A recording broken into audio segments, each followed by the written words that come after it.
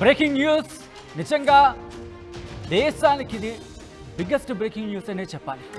ఎందుకంటే వాళ్ళు దేశానికి సేవ చేద్దాం అనుకున్నారు, ప్రజలకి సేవ చేద్దాం అనుకున్నారు, యూపీఎస్సీని క్రాక్ చేయాలి, దేశానికి సేవ అందించాలి అని చెప్పి కష్టపడడానికి సిద్ధమయ్యారు.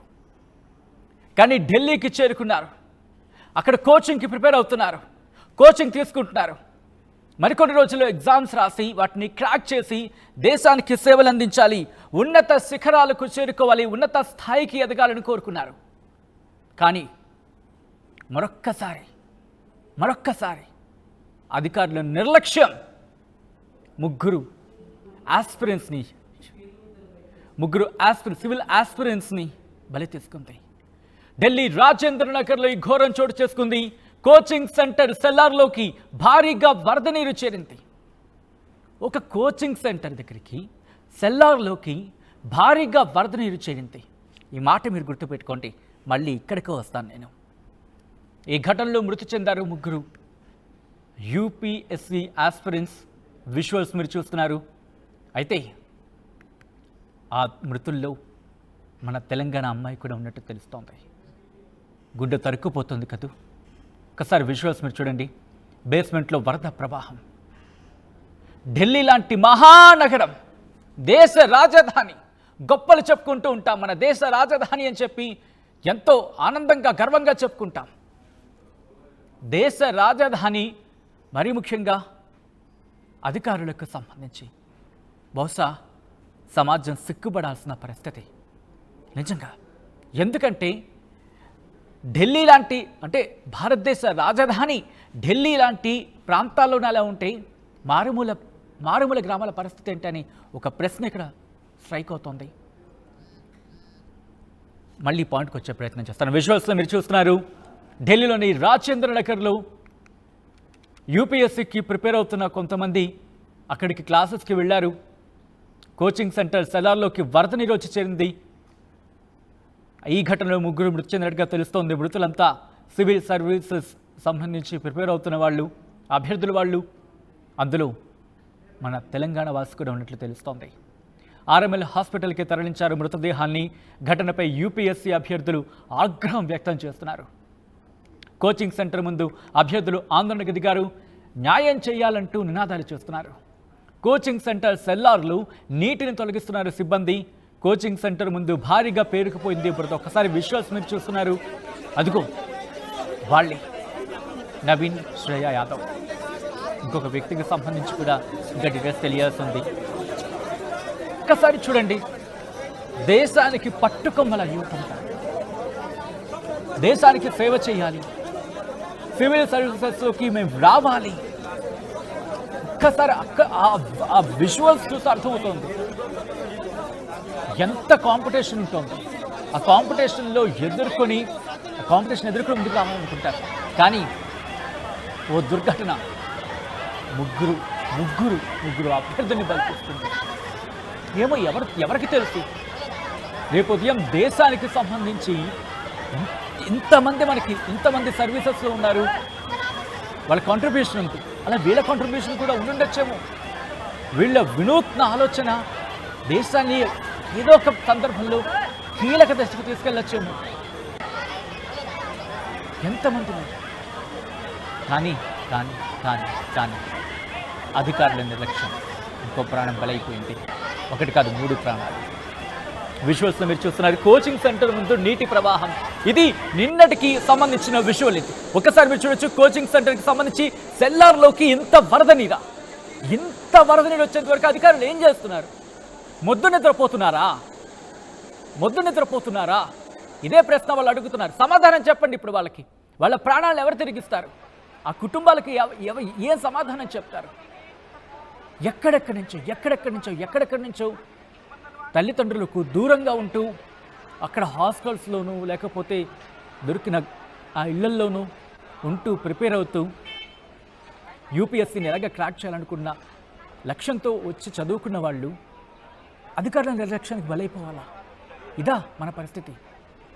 విజువల్స్ మీరు చూస్తున్నారు. అభ్యర్థులు అక్కడ ఆందోళనకు దిగారు. మా ప్రతినిధి రామకృష్ణ అప్డేట్స్ అందించేందుకు ఢిల్లీ నుంచి లైవ్లో సిద్ధంగా ఉన్నారు. రామకృష్ణ, అక్కడ పరిస్థితి ఎలా ఉంది? ఎందుకంటే యూపీఎస్సీ అభ్యర్థులకు సంబంధించి వాళ్ళందరూ అక్కడికే చేరుకుంటున్నారు. ఢిల్లీలోని కొన్ని వందల కోచింగ్ సెంటర్స్ ఉన్నాయనే చెప్పుకోవాలి.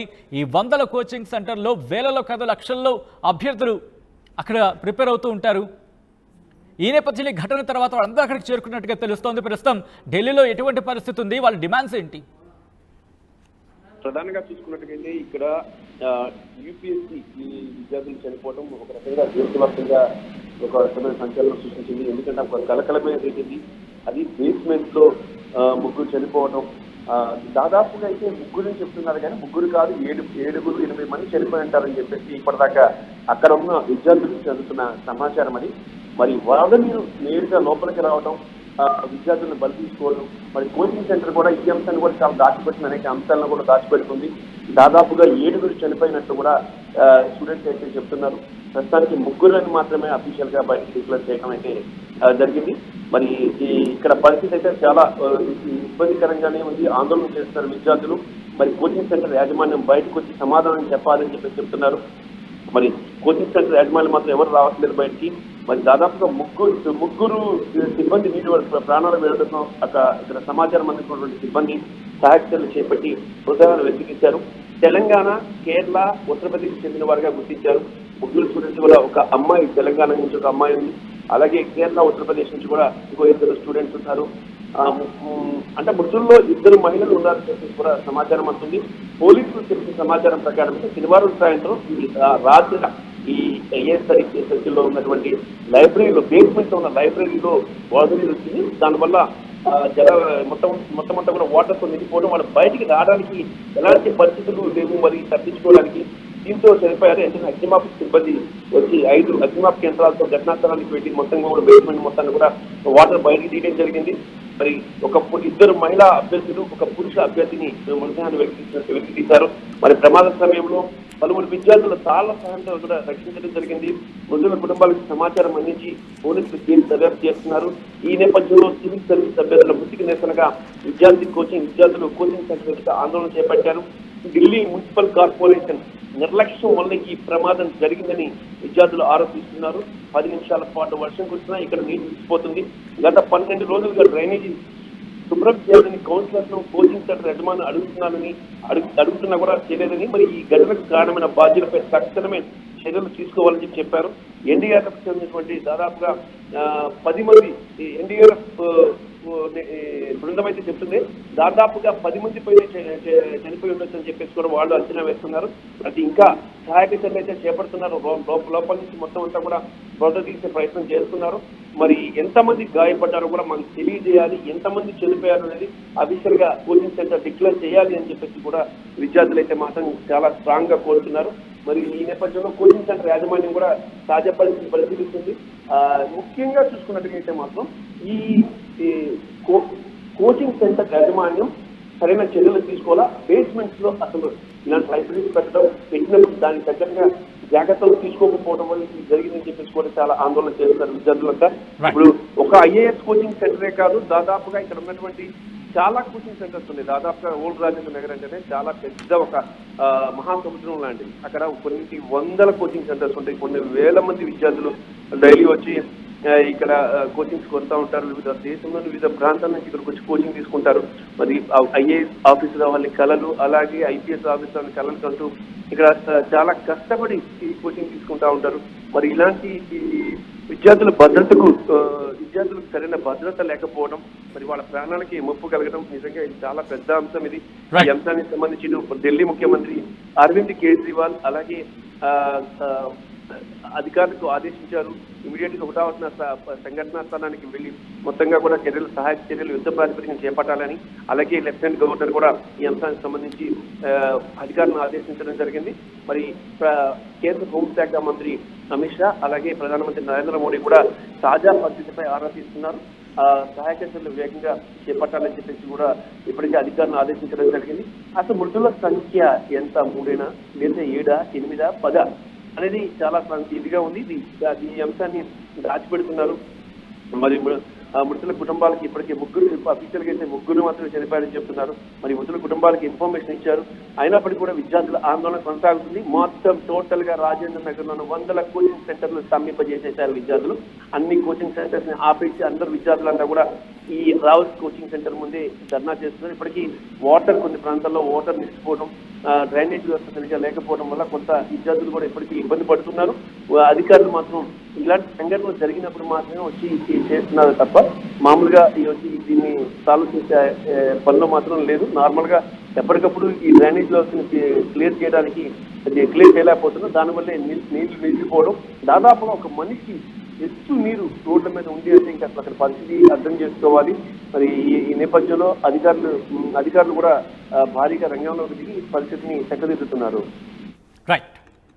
రైట్ రామకృష్ణ, మొత్తంగా అయితే మాత్రం ఢిల్లీ రాజేంద్రనగర్లో ఘోరం చోటు చేసుకుంది. కోచింగ్ సెంటర్ సెల్లార్లోకి వరద నీరు వచ్చి చేరింది. ఈ ఘటనలో ముగ్గురు మృతి చెందారు. మృతులంతా సివిల్ సర్వీసెస్ కి సంబంధించిన అభ్యర్థిగా తెలుస్తోంది. మృతుల్లో ఒకరు తెలంగాణ వాసి కూడా ఉన్నట్లు గుర్తించారు. ఆర్ఎంఎల్ ఆసుపత్రికి తరలించారు మృతదేహాలని. ఘటనపై యూపీఎస్సీ అభ్యర్థులు ఆగ్రహం వ్యక్తం చేస్తున్నారు. కోచింగ్ సెంటర్ ముందు అభ్యర్థులు ఆందోళనకు దిగిన విశ్వాస్ మీరు చూస్తున్నారు. న్యాయం చేయాలంటూ నినాదాలు చేస్తున్నారు. కోచింగ్ సెంటర్ సెల్లార్లోకి నీటిని తొలగిస్తున్నారు సిబ్బంది. అవును, కోచింగ్ సెంటర్ సెల్లార్లోకి భారీగా వరద నీరు చేరింది. దీంతో ఆ నీటిని బయటకు తోడుతున్నారు. కోచింగ్ సెంటర్ ముందు భారీగా పేరుకుపోయింది వరద.